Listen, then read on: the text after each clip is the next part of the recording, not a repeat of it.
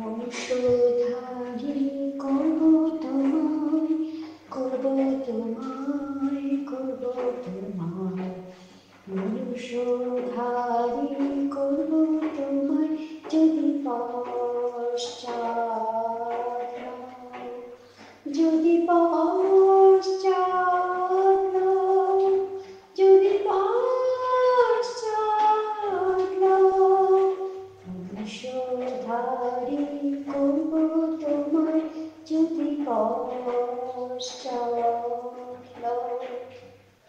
Hallelujah, hallelujah, hallelujah.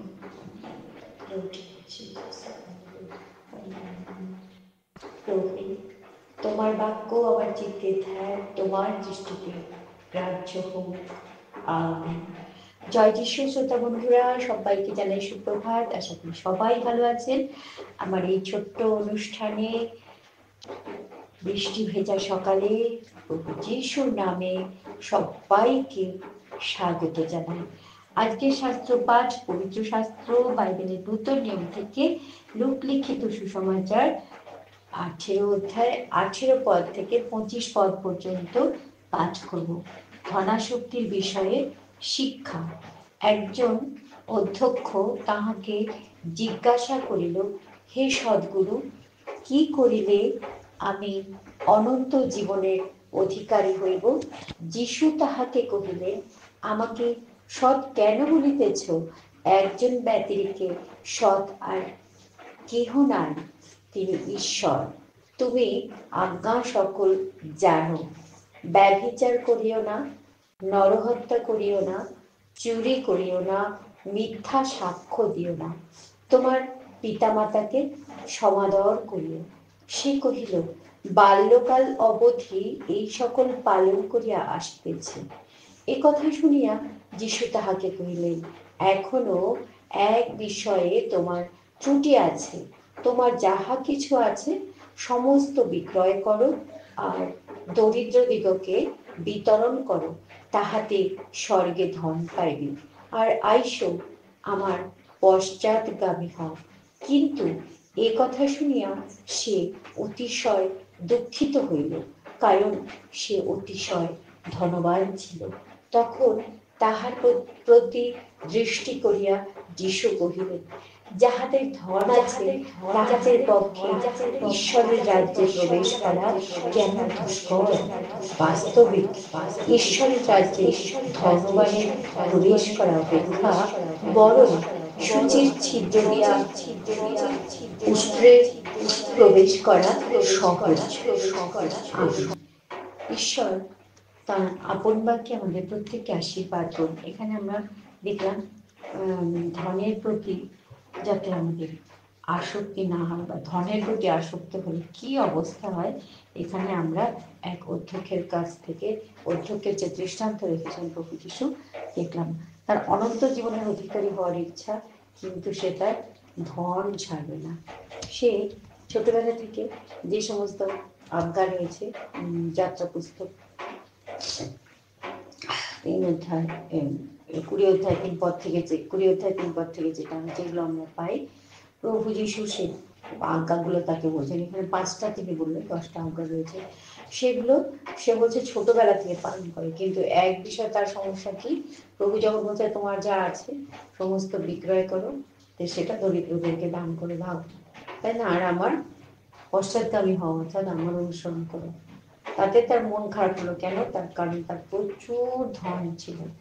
এবার প্রভু কি বলছেন, যে যাদের প্রচুর ধন আছে তাদের স্বর্গে প্রবেশ করা অপেক্ষা সূচির ছিদ্র দিয়ে, অর্থাৎ সূচের ফুটো হতে কত ছোট আমরা জানি না, সেটা দিয়ে উঠে প্রবেশ করা সোজা। কারণ ধনবান ধনের প্রতি এতটাই আসক্ত সেই অধ্যক্ষ যে সে তার ধন বিক্রি করে দেবে, যিশুর পশ্চাৎগামী হবে। সে হয়তো চিন্তা করছিল, তাহলে কি করে হবে, আমার তো কিছুই থাকবে না, আর যিশুর যদি পশ্চাৎগামী হই, যিশুকে যদি অনুসরণ করি, যিশুর সাথে যদি চলি, তাহলে আমার ধন সম্পদগুলোর কি হবে, সব পড়ে থাকবে।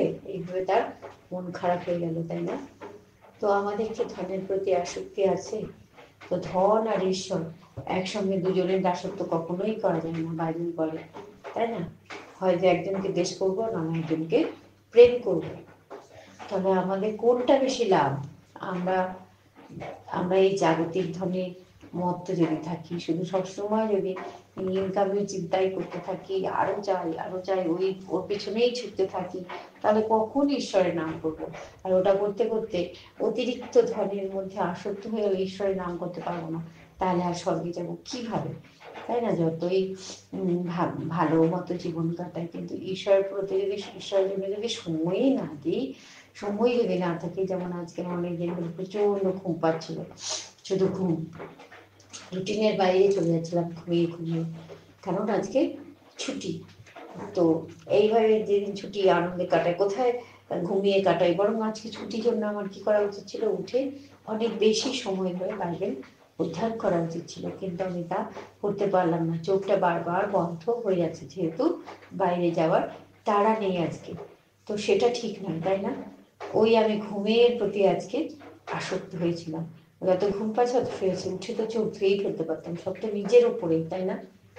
ঈশ্বর আমাদের জন্য সব রাস্তাই খোলা রেখেছেন, ঘুমও দিয়েছেন, বাইবেলও দিয়েছেন, দিনও দিয়েছেন, রাত্রিও দিয়েছেন। এইবার 24 ঘন্টাকে আমরা কিভাবে ব্যবহার করব? শুধু কি ধনের মধ্যেই থাকবো, নাকি ঈশ্বরকেও আমরা সময় দেব? আমরা কি শুধু ইনকাম করে তার দশমাংশ দিলেই হবে? না বন্ধু, আমাদেরকে সময়ের দশমাংশ দিতে হবে। সময়ের দশমাংশ কি? 2 ঘন্টা 40 মিনিট। আমরা কি সেটা দিই? আমরা রোজ একবার করে চিন্তা করি রাতে শুতে যাওয়ার সময়, যে আজকে কি 2 ঘন্টা 40 মিনিট দিয়েছি? বা আজকে যে ছুটির দিন, দেরিতে উঠেছি, এখন শুরু করলাম ঈশ্বরের বাক্য পড়ার, যে এখন আমার বন্ধুদের সঙ্গে আমি যা বাক্য পেয়েছি আজকে সেটা শেয়ার করি, এবং সেই সঙ্গে আমাকে মনেও রাখতে হবে, আমি যে দেরিতে উঠেছি, আমি যেন সেই 2 ঘন্টা 40 মিনিট যা সময়ের দশমাংশ যে কোনোভাবে আমি যেন ঈশ্বরকে দিই। কেন দিতে পারবো না? আমার যদি ইচ্ছা থাকে ঈশ্বরের রাজ্যে প্রবেশ করার। কারণ আমি তো অন্যদিন দেরি করে উঠলেও কি, তাড়াতাড়ি উঠলে কি, আমার কাজের জায়গায় যাবই, তাই না? কারণ আমার যে বস রয়েছেন, আমি যদি কাজে না যাই, তাহলে আমাকে ছুটি দেবেন, সিএল করে দেবেন, বা 2 কথা বলবেন, অনেক কিছু হবে, তাই না? তাহলে আমরা যদি জাগতিক বস, যিনি জগতের, যিনি কর্মকর্তা, আমাকে সময়ে তার বাধ্য হয়ে কাজে যেতে হয়, তার কথা শুনছি, তার ইচ্ছানুসারে চলছি, যিনি যেখানে আমি কাজ করছি, কিন্তু আমাদের ঈশ্বর কিছু বলছেন না। তিনি আমাদেরকে সমস্ত রকম স্বাধীনতা দিয়েছেন, তাই বলে কি আমরা ঈশ্বরকে সময় দেব না? তিনি বলছেন না বলে? দিতে হবে বন্ধু। আমাদেরকে মনে রাখতে হবে, সময়ের দশমাংশ 2 ঘন্টা 40 মিনিট দিতে হবে, আর সেটা মন দিয়ে দিতে হবে। একাধিক মন বসবে না, জোর করে বসাতে হবে। দেখবেন, আমরা তো অভ্যাসের দাস মানুষ, তাই না? আমরা যদি অভ্যাস করি, রোজ আমি সময়ের দশমাংশ দিব, 2 ঘন্টা 40 মিনিট ধরে আমি প্রভুর বাক্য নিয়ে থাকবো, আরাধনায় থাকবো, প্রভুর বাক্য ধ্যান করব, আমার বন্ধুদের সাথে শেয়ার করব কিভাবে। ও তারপর অনেক সুন্দর সুন্দর বাক্য আমরা ইউটিউবে পাই, আমরা শুনতে পারি সেগুলো, তাই না? সেই শেয়ারিংগুলো। বাইবেল কি পড়ার অভাব আছে? নেই। এতগুলো বাইবেল, পুরাতনে 39, নতুনে 27। তো আমি যদি রোজ বাইবেল অধ্যয়ন করে অনেকটা করে সময়, যদি আমি ভাবি যে এই সময়টা অন্যদিন আমি কাজে যাই, আজকে আমার ছুটির দিন, তাড়াতাড়ি কাজগুলো শেষ করে আমরা যদি ঈশ্বরের বাক্যে থাকি, তবেই তো ঈশ্বরের অনুসরণ করা হবে, তাই না? বাক্য কি বলতে চাইছে যখন আমরা বারবার করবো, হয়তো আমরা বুঝি না, সাধারণ মানুষ অত জ্ঞান নেই প্রচারকদের মতো, কিন্তু আমি যদি ধ্যান করি, আমি যদি প্রার্থনা করি, ঈশ্বরের কাছে শক্তি চাই বোঝার জন্য, জ্ঞান চাই, বুদ্ধি চাই, তিনি আমাকে বোঝাবেন তার বাক্যের মধ্যে দিয়ে তিনি কি বলতে চাইছেন। যেমন এই বাক্যটা আমরা শুনলাম, আমি কিছু আলোচনা করি চাই না করি, যখন এই বাক্যটা পাঠ করব, যারা জ্ঞানী, যাদের বুদ্ধি রয়েছে, ঈশ্বর যাদেরকে বিশেষ জ্ঞান দিয়েছেন, বুদ্ধি দিয়েছেন, সে কিন্তু বিষয়টা বুঝতে পারবে যে এই অধ্যক্ষ, এই টিচার অন্যদেরকে শিক্ষা দেয়, তাই না? স্বর্গীয় বিষয়ে সে কি হয়েছে, সে আজ্ঞাগুলো পালন করে। ওই পুরাতন নিয়মে যেটা লেখা আছে, যাত্রা পুস্তক 20 অধ্যায়তে, সেগুলো সে পালন করে, কিন্তু সে অন্যকে শেখালো। সে নিজে নিজে এটা কিন্তু কখনোই ভাবেনি যে ধনের প্রতি আসক্ত থাকলে স্বর্গরাজ্যে প্রবেশ করা যাবে না। তো তার এদিকে জ্ঞানটা, তার মানে তার পুরোপুরি ঐশ্বরিক জ্ঞান হয়নি, প্রভু যিশু তার চোখে আঙুল দিয়ে কিন্তু দেখিয়ে দিলেন যে তুমি ধনের প্রতি আসক্তি, ধন ছেড়ে দাও, তুমি আমার পশ্চাৎগামী হও, তবে স্বর্গরাজ্যে প্রবেশ করতে পারবে। ঈশ্বরের প্রতি ভক্তিটা তার পুরোপুরি ছিল না, তাই না? সে ওই আজ্ঞা পালনকারী ছিল, কিন্তু ঈশ্বরের প্রতি যে ভক্তি শ্রদ্ধা তার চাইতে বেশি তার ধনের প্রতি আসক্তি ছিল। এটা প্রভু যিশু তার প্রতি যখন দৃষ্টি করলেন, তিনি কিন্তু বুঝতে পারলেন, তিনি তাকে ভালোবাসছেন নিশ্চয়ই, তাই না? যে সে বাধ্য, হ্যাঁ, সে হচ্ছে একজন বাধ্য সন্তান, সে একজন আজ্ঞা পালনকারী, কিন্তু তার একটা বিষয় যে ত্রুটি আছে, একটা বিষয় ত্রুটি অর্থাৎ দোষ আছে। কি দোষ? এটা কিন্তু তার প্রতি দৃষ্টি করে প্রভু যিশু বুঝতে পারলেন, তাকে সেটা বললেন যে তোমার যা ধন আছে সব দরিদ্রদেরকে দিয়ে দাও, সব বিক্রি করে দরিদ্রদেরকে যা হচ্ছে তা দিয়ে দাও, বিক্রি করার ফলে যে অর্থ যেটা দিয়ে দাও, আর তাহলে তুমি কি হবে, স্বর্গে ধন পাবে। তো জাগতিক ধনের প্রতি সে আসক্ত ছিল। যতই সে আজ্ঞা পালনকারী হোক, যত বড়ই শিক্ষক হোক, তার জাগতিক জ্ঞান এত বেশি ছিল, সেই সঙ্গে জাগতিক ধনও এত বেশি ছিল, কিন্তু সে এটা বুঝতে পারেনি যে জাগতিক ধনে আসক্তি থাকলে ঈশ্বরের প্রতি আসক্ত হওয়া যায় না। সেই বিষয়টা যখন প্রভু যিশু তাকে দেখিয়ে দিলেন চোখে আঙুল দিয়ে, কি হলো, তার মনটা খারাপ হলো, কারণ তার প্রচুর ধন ছিল, সে একজন ধনবান ছিল।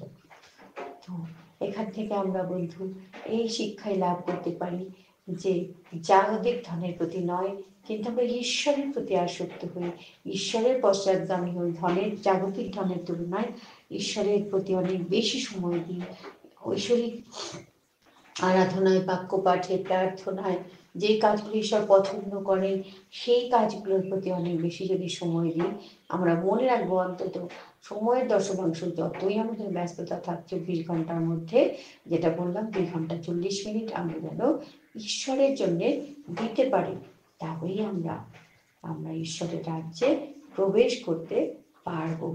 খুব সুন্দর শিক্ষা দিয়েছেন প্রভু যিশু, তাই না?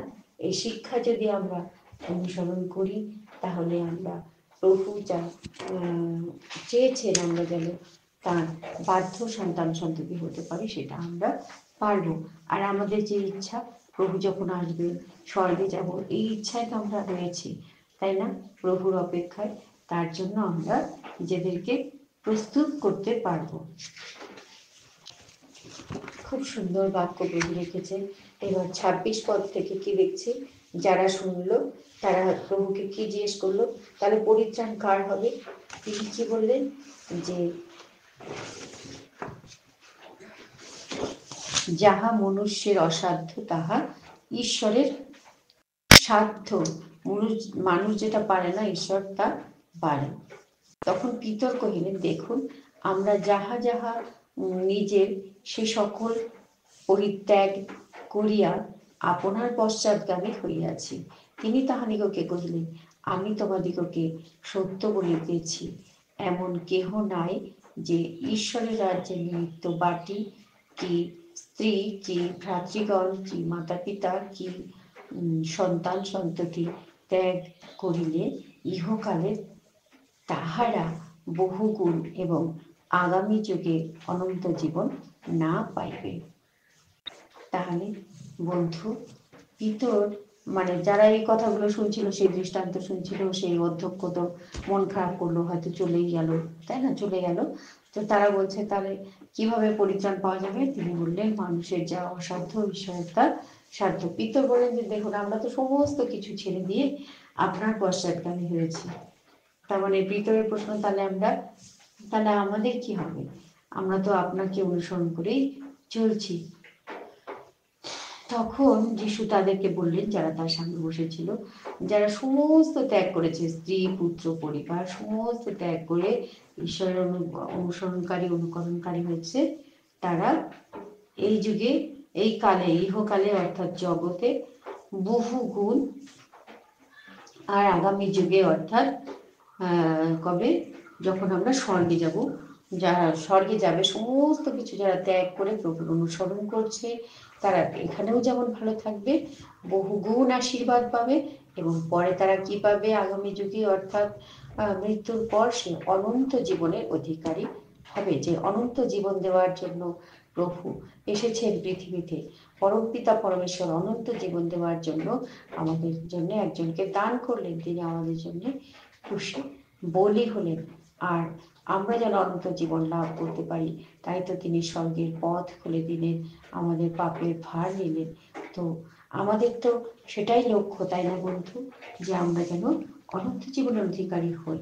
তাহলে সেই প্রসারোপিত পুনরুত্থিত মেষশাবক, ঈশ্বরের মেষশাবক, যিনি জগতের পাপভার লইয়া যান, বাপ্তায়জক যোহন বলেছেন, যোহন লিখিত 1 অধ্যায় 29 পদে, ওই দেখো ঈশ্বরের মেষশাবক, যিনি জগতের পাপভার লইয়া যায়। তাহলে বন্ধু আসুন আমরা নিজেদেরকে সম্পূর্ণরূপে প্রভুর চরণে সমর্পণ করি, জাগতিক ধনের প্রতি আসক্ত না হই, পরিবারের, সমাজের, জগতের কোনো জিনিসের প্রতি আসক্তি ত্যাগ করে প্রভুর অনুসরণকারী, প্রভুর অনুকরণকারী হই। স্ত্রী পুত্র পরিবার এরা আমাদেরকে কিছুই দিবে না, এদের প্রতি আমাদের যা কর্তব্য, আমরা সংসার জীবন পালন করি, আমরা সমাজ জীবন পালন করি, আমার কর্মক্ষেত্রে কাজ করি, সেগুলো করতে হবে, যেহেতু জগতে এসে জগতের যা কর্তব্য তা পালন করতে হবে।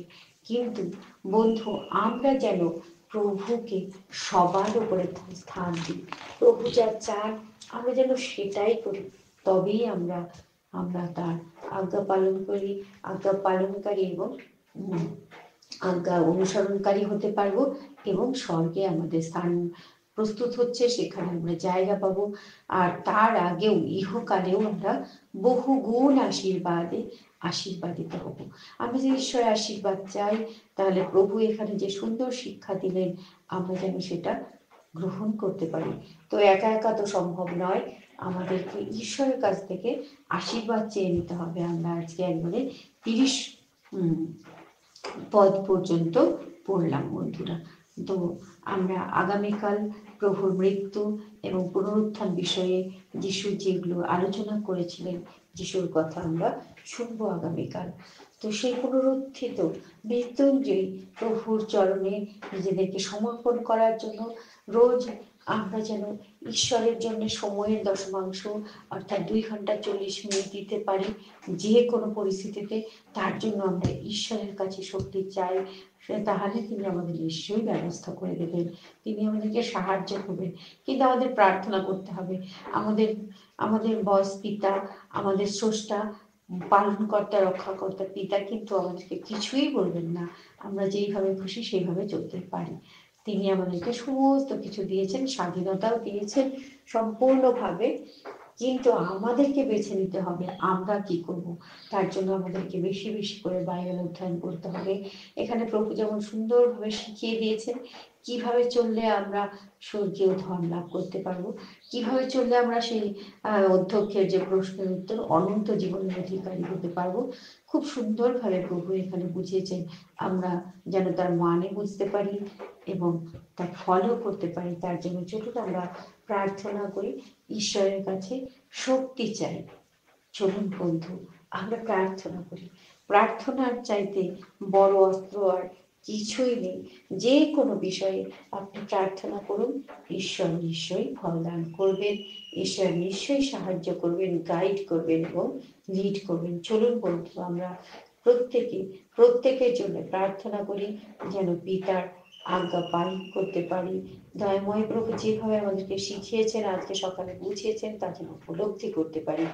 আমরা যেন জাগতিক ধনের প্রতি আসক্ত না হই, বরং ঈশ্বরের প্রতি আসক্ত হই, যিনি প্রেমময়, যিনি আমার স্রষ্টা, যিনি আমার পালক, যিনি আমার রক্ষক, যাকে অনুসরণ করলে আমি পৃথিবীতেও আশীর্বাদিত হব এবং আমরা স্বর্গেও আশীর্বাদিত হব, স্বর্গীয় ধন অর্থাৎ অনন্ত জীবনের